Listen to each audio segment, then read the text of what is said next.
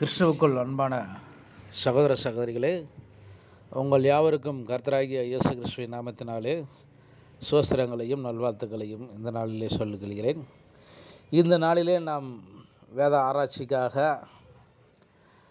தூத்துக்குடி மாவட்டத்தில் அமைந்துள்ள சாயர்புரம் ஏரல் என்ற கிராமத்திற்கு அருகே ஒரு சிறிய கிராமம் சாயர்புரம் என்ற கிராமத்தை குறித்து, அந்த கிராமத்தில் அமைந்துள்ள பரிசுத்த திருத்துவ பேராலயம் என்ற சபையை ஸ்தாபித்த ஐயா ஜியு போப் என்பவர்களை குறித்து, அவருடைய மிஷினரிகளை குறித்து நாம் இந்த தேதியிலே நாம் ஆராய்ச்சி செய்ய போகிறோம். இந்த மதிப்பிற்குரிய ஜியு போப் என்று அழைக்கக்கூடியவர், இவருடைய நெடுப்பெயர் என்னவென்றால் ஜார்ஜ் யூக்லோ போப். இவருடைய சொந்த நாடு கனடா தேசத்தை சார்ந்தவர். அந்த கனடா தேசத்திலிருந்து ஏப்ரல் 29 1820 அவருடைய பெற்றோர்களுக்கு ஒரு மகனாக பிறந்து, ஒரு கிறிஸ்துவ மதத்தை தழுவி, வெஸ்லியன் உபதேச கொள்கைகளை தழுவி தன்னை ஒரு மத போதகராக அடையாளப்படுத்திக் கொள்கிறார். இந்த அடையாளப்படுத்தி கொண்ட ஜியு போப்பானவர் இந்தியாவிற்கு 1840 ஆண்டுகளுக்கு முன்பாக, அந்த ஆண்டுகளிலே அவர் சென்னை வருகிறார். சென்னையில் அவர் சாந்தம் திருச்சபையிலே அவர் நிறைய நாட்கள் தங்கி ஊழியங்கள் செய்கிறார் என்று அங்கே பார்க்கிறோம்.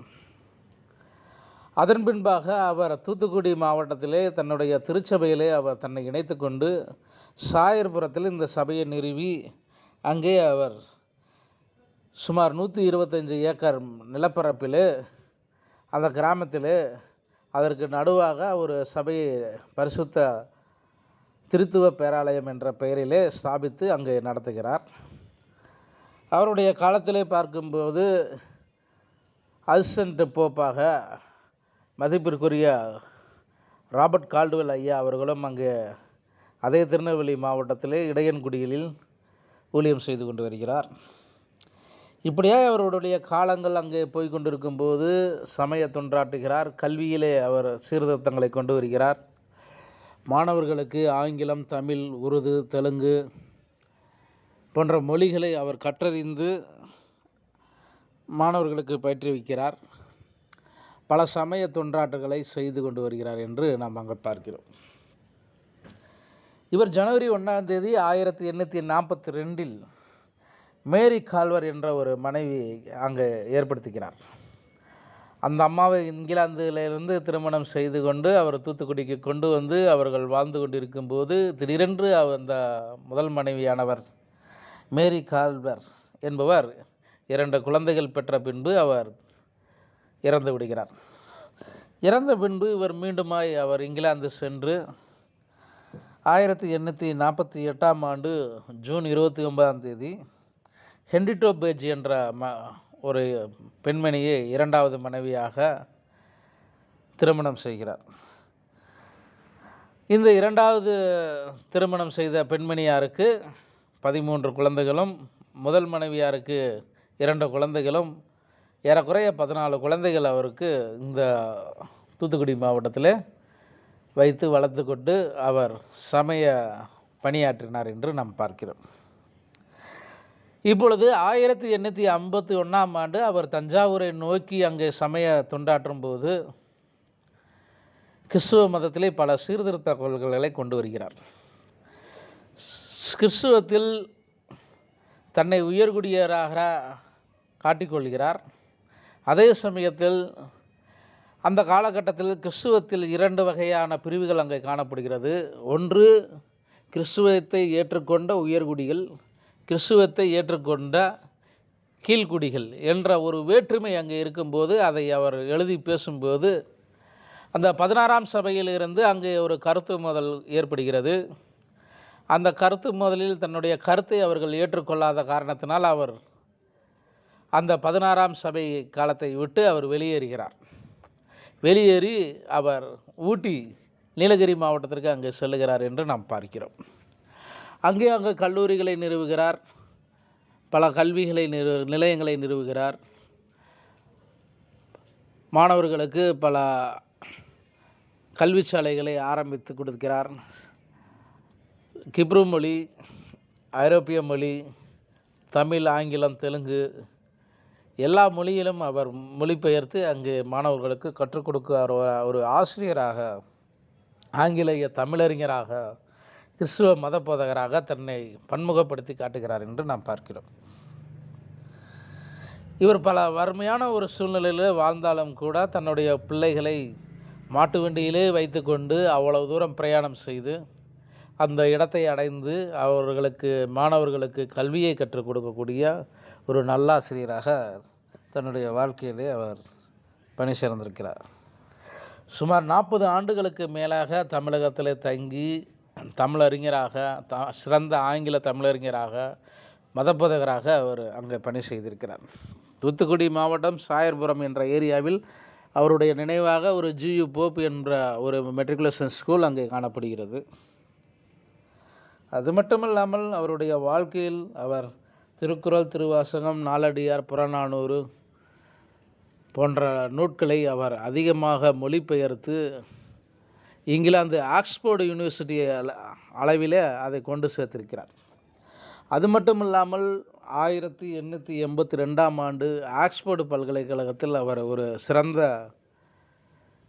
பேராசிரியராக அங்கே செயல்பட்டிருக்கிறார். அந்த ஆக்ஸ்போர்டு பல்கலைக்கழகத்தில் தமிழ், உருது, தெலுங்கு போன்ற மொழிகளை கற்றுக் கொடுக்கக்கூடிய ஒரு ஆசிரியராக அவர் இருந்திருக்கின்றார். தன்னுடைய முதிய வயதிலே அவர் இறக்கும் தருவாயில் அவர் 3 விதமான விருப்பங்களை அவர் தெரிவித்திருக்கிறார். ஒன்று, தன்னுடைய கல்லறைக்காக கூடிய செலவு தமிழக மக்களிடமிருந்து நன்கொடையாக பெற வேண்டும் என்று அங்கு விரும்புகிறார். தன்னுடைய கல்லறையில் இங்கே தமிழ் மாணவன் உறங்குகிறான் என்று எழுத வேண்டும் என்று விரும்புகிறார். தன்னுடைய கல்லறையிலே அவரோடு மொழிபெயர்த்த புத்தகங்களையும் சேர்த்து அடக்கம் செய்ய வேண்டும் என்று விரும்பினார். இந்த 3 விதமான காரியங்களையும் அந்த நாட்களிலே ஆக்ஸ்போர்டு அந்த நகரிலே நிறைவேற்றியிருக்கிறார்கள். உதாரணமாக சொல்லப்போனால் தமிழகத்தில் பச்சையப்பன் கல்லூரியை சேர்ந்த செல்வராய முதலியார் என்பவர் அதற்கான நன்கொடைகளை வசூலித்து அவர் கனடா தேசத்திற்கு அனுப்பி அதற்கான இறுதி செலவுகளை அவர் செய்திருக்கிறார் என்று நாம் பார்க்கிறோம். சலவை கல்லுகளால் கட்டப்பட்ட அவருடைய கல்லறை இன்றைய நாளிலும் தமிழின் பெருமையை எடுத்து சொல்லுகிறது.